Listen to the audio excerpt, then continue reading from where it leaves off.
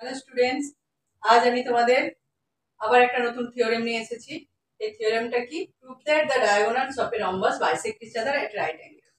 মানে রম্বাস হচ্ছে, রম্বাসের দুটো ডায়াগোনালস আছে, এটা একটা কোয়াড্রিলেটারাল, তো এরও ডায়াগোনাল গুলো বাইসেক্ট ইচ আদার হবে এন্ড এট রাইট অ্যাঙ্গেল। মানে হচ্ছে আমাদের প্রুভ করতে হবে এই অ্যাঙ্গেল, এখানে এও ইকুয়াল টু ওসি আর বিও ইকুয়াল টু ওডি, এটা প্রুভ করতে হবে। তার সাথে প্রুভ করতে হবে যে এই অ্যাঙ্গেলটা এইটা এগুলো সব রাইট অ্যাঙ্গেলস। রাইট অ্যাঙ্গেলস মানে প্রত্যেকটা 90 ডিগ্রি করে আমাদের দেখাতে হবে। তো তোমরা তো আগের দিন কি করেছো, প্যারালোগ্রাম করেছো। প্রপার্টিস অফ প্যারালোগ্রাম কি বলা ছিল যে প্যারালোগ্রামের ডায়াগোনাল ছিল bisect each other at a point. তো এখানে একটা রম্বাস দেখো, আমি ধরে নিয়েছি এবিসিডি বি আর rhombus whose diagonal AC and BD intersect each other at O।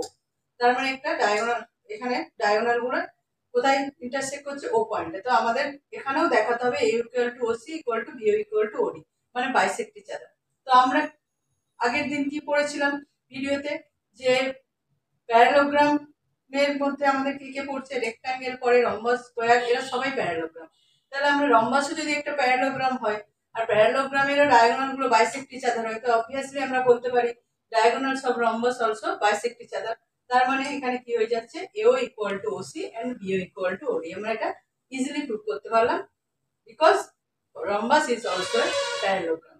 Okay, now we have to prove that, আমাদের কি প্রুভ করতে হবে? যে এদের অ্যাঙ্গেল গুলো 90 ডিগ্রি। ঠিক আছে, তো কিভাবে করবো? আমরা তাহলে কি দেখাতে পারলাম?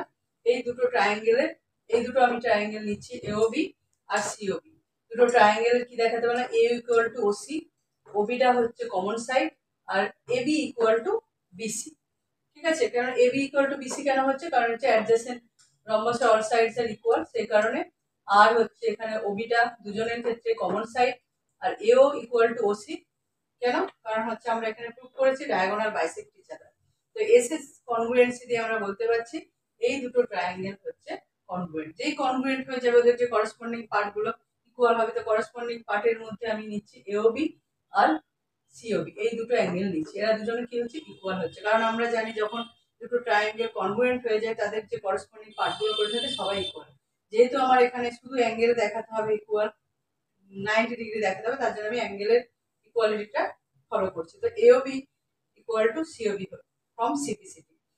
अगेन এওবি আর সিওবি এই দুটোকে আমরা লিনিয়ার পেয়ার করব। কারণ দেখো এরা দুজনে একই লাইনের উপরে দুটো অ্যাঙ্গেল আছে, আর তাহলে এদের দুটোর সামটা কি হবে? 180 ডিগ্রি। তার মানে এরা লিনিয়ার পেয়ার, সেটা আমি লিখেছি লিনিয়ার পেয়ার। এবারে এরা দুটো অ্যাঙ্গেল মিলে 180, আবার এরা দুজনে ইকুয়াল, তাহলে আমরা কি বলতে পারি? যে এরা দুজনে ইন্ডিভিজুয়ালি কত করে হবে? 90 ডিগ্রি করে। 90 ডিগ্রি হওয়া মানে এক একটা অ্যাঙ্গেল রাইট অ্যাঙ্গেল। তাহলে আমরা এখানে কি বলতে পারছি?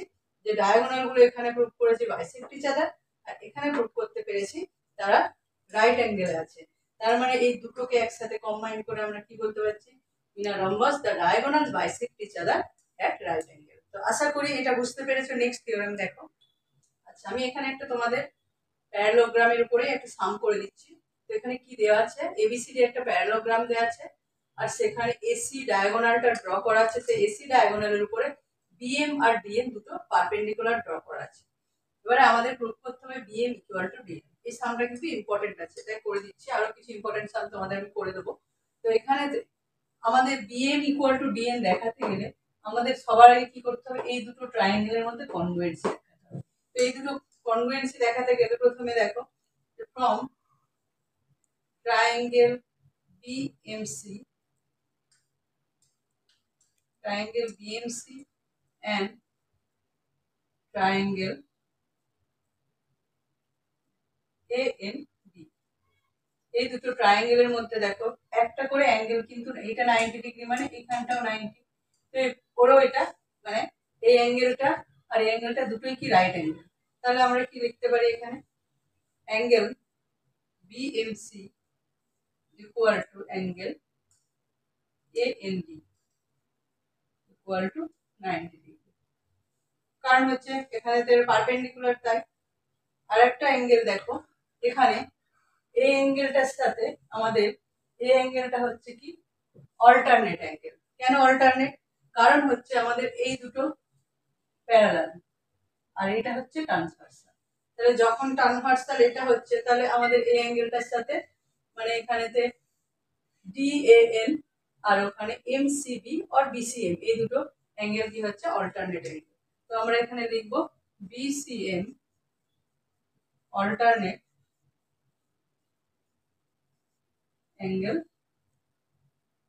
DAN। সেটা কেন লিখে দেবো, সিন্স এখানে নিচেতেই লিখছি since AD parallel to BC and AC transversal।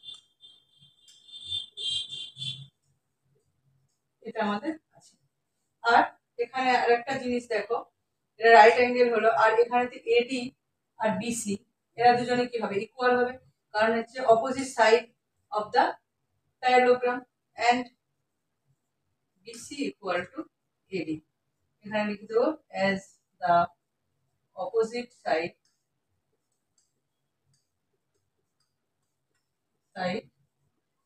of parallelogram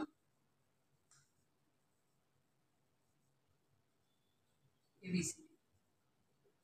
ঠিক আছে, তো এখানেতে কি পেয়ে গেলাম, অ্যাঙ্গেল অ্যাঙ্গেল সাইড দুটো করসপন্ডিং অ্যাঙ্গেল আর একটা হচ্ছে সাইড ইকুয়াল দেবেন। তাহলে আমরা কি বলবো, by AAS congruency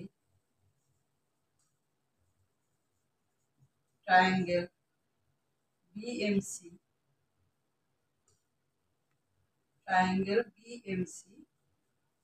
congruent to triangle কি ধরেছিলাম, আচ্ছা এখানে হবে AND।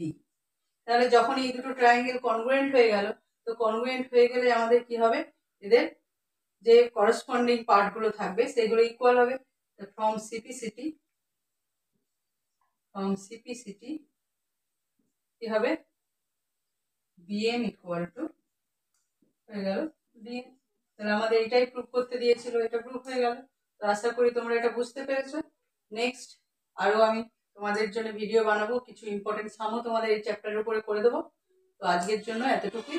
আর আরেকটা কথা, অবশ্যই তোমরা এটাকে লাইক করবে, শেয়ার করবে আর কমেন্ট করবে। ঠিক আছে, থ্যাংক ইউ।